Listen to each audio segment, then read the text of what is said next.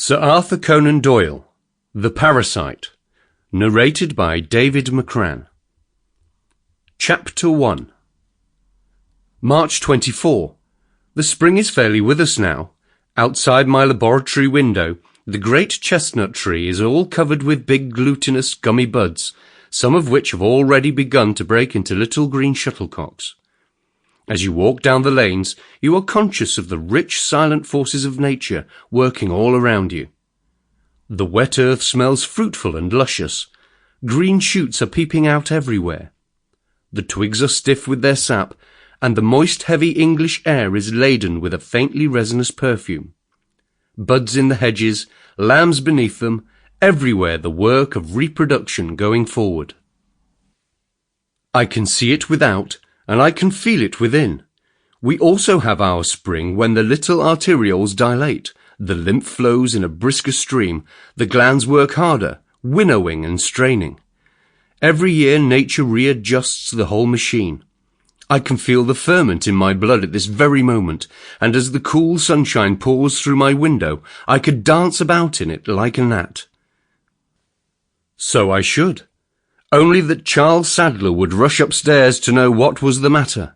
Besides, I must remember that I am Professor Gilroy. An old professor may afford to be natural, but when fortune has given one of the first chairs in the university to a man of 34, he must try and act the part consistently. What a fellow Wilson is!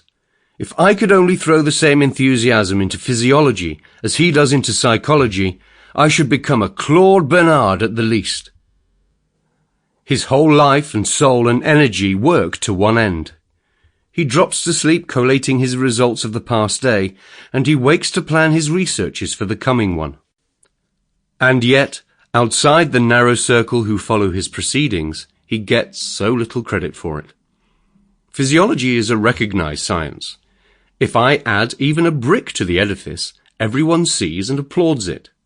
But Wilson is trying to dig the foundations for a science of the future. His work is underground and does not show. Yet he goes on uncomplaining, corresponding with 100 semi-maniacs in the hope of finding one reliable witness, sifting 100 lies on the chance of gaining one little speck of truth, collating old books, devouring new ones, experimenting, lecturing, trying to light up in the others the fiery interest which is consuming him. I am filled with wonder and admiration when I think of him, and yet, when he asks me to associate myself with his researches, I am compelled to tell him that, in their present state, they offer... Sample complete. Ready to continue?